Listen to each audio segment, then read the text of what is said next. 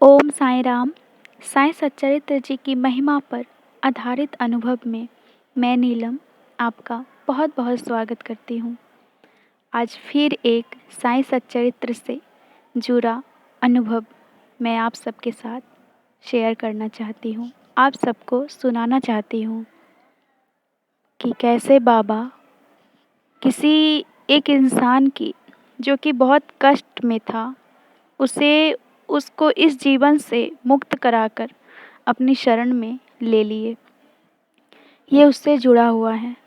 ये अनुभव आप सब सुनेंगे तो थोड़ा दुख भी होगा आप सबको, लेकिन जब अंत अंत पता चलेगा आपको तो बहुत अच्छा लगेगा कि बाबा सिर्फ जीवन में नहीं, जीवन के बाद भी साथ देते हैं।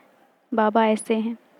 तो ये एक साईं डिवोटी का है जो कि बताती हैं कि उनकी देवरानी का अचानक से तबीयत खराब हो गया। अचानक से, वो अच्छी भली थी, अचानक से उनका तबीयत खराब हो गया और 20 दिन के अंदर उनकी मृत्यु हो गई। ये बहुत शॉकिंग है कि अचानक तबीयत खराब हो जाना और 20 ही दिन में मृत्यु हो जाना। तो इनकी जो देवरानी है वो बहुत स्वस्थ थी, मतलब उनको देख के ऐसा फील नहीं होता था कि वे अंदर से बीमार हैं। मतलब उनके बॉडी के अंदर का जितना पार्ट्स है वो सब काम नहीं कर रहा, मतलब ख़राब हो चुका है, मतलब वो ज़्यादा दिन जी नहीं सकती, किसी को ये पता नहीं था। तो क्या हुआ कि उनकी तबीयत अचानक से बिगड़ी। तो अचानक से बिगड़ी तो सब उन्हें हॉस्पिटल ले गए। उनके 2 छोटे-छोटे बच्चे भी हैं। तो सब उन्हें हॉस्पिटल ले गए, तो हॉस्पिटल में एडमिट किया गया उन्हें और कंडीशन इतनी बिगड़ी कि उन्हें तुरंत आईसीयू में एडमिट किया गया।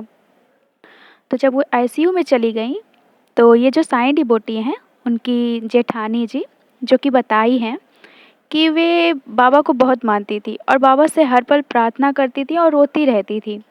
तो उन्होंने कभी यूट्यूब में सुना होगा कि बाबा के आगे 9 दिए जलाने से 9 दिन सारी मनोकामनाएँ पूरी होती है, बाबा सब ठीक कर देते हैं।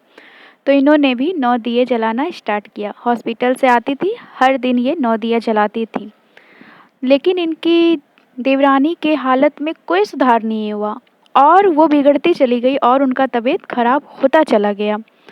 तो जब 8वाँ दिन था, 8वाँ दिन जब ये दिए जला रही थी, तो ये बाबा से बहुत बोलने लगी कि बाबा मैंने तो सुना था कि 9 दिए जलाने से आप ठीक करते हो, सब कुछ ठीक कर देते हो, फिर मेरी देवरानी का क्या हाल हो रहा है, उनके छोटे-छोटे बच्चे हैं, बाबा दया करो, क्यों उन्हें इतना कष्ट दे रहे हो? मतलब होता है ना कि जब एक इंसान बहुत ज़्यादा टूट जाता है तो वो कैसे भगवान से सवाल जवाब करने लगते हैं।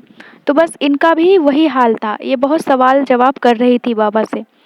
तो अचानक इन्होंने बाबा की पुस्तक खोली। तो अचानक पुस्तक में उन्होंने एक ऐसा पेज खोला जिस पेज में लिखा हुआ था बाघ की मुक्ति। तो आप लोग पढ़े ही होंगे कि बाघ की मुक्ति का कहानी क्या है, कैसे एक बाघ शिरडी में आए और वो बहुत दिनों से अंदर बीमार था और बहुत कष्ट में था, उसे मुक्ति चाहिए थी। तो बाबा उन्हें मुक्ति दिए और उन्हें आशीर्वाद दिया और सदा अपने चरणों में रखे।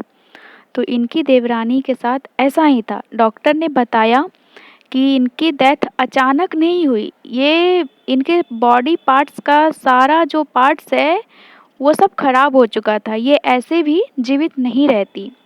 आप लोग को बहुत परेशानी होती, बहुत उलझनें होती क्योंकि ये जी ही नहीं पाती। तो इसी कारण से तब जब वो एक दिन, उनके मृत्यु के 1 दिन पहले जब वो किताब खोली तो अचानक बाघ की मुक्ति का वो उन्होंने जब पढ़ा तो उन्होंने ये रियलाइज़ किया कि शायद मेरी देवरानी अंदर-अंदर कष्ट में थी, इसीलिए बाबा उन्हें मुक्ति देना चाहते हैं। और ठीक दूसरे दिन ही उनकी मृत्यु हो गई और बाबा ने इन्हें आश्वासन दिया कि वे बाबा के चरणों में ही रहेंगी और बाबा का आशीर्वाद उन्हें प्राप्त होगा। क्योंकि ये बहुत दिनों से अंदर ही अंदर कष्ट में थी, बोल भी नहीं पा रही थी, जब वे आईसीयू में थी बोल भी नहीं पा रही थी, बहुत उन्हें पीड़ा हो रही थी, कष्ट हो रही थी।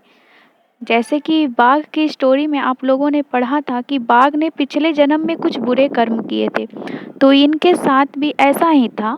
इनकी देवरानी ने कुछ न कुछ ज़रूर बुरा किया होगा जो कि इनको भुगतना पड़ा।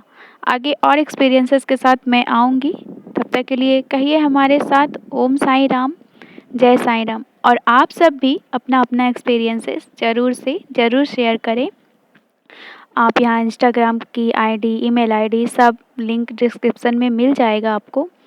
आप कभी भी बेझिझक अपना एक्सपीरियंसेस शेयर कर सकते हैं और कमेंट के ज़रिए भी एक्सपीरियंस शेयर करें, ज़रूर से ज़रूर करें।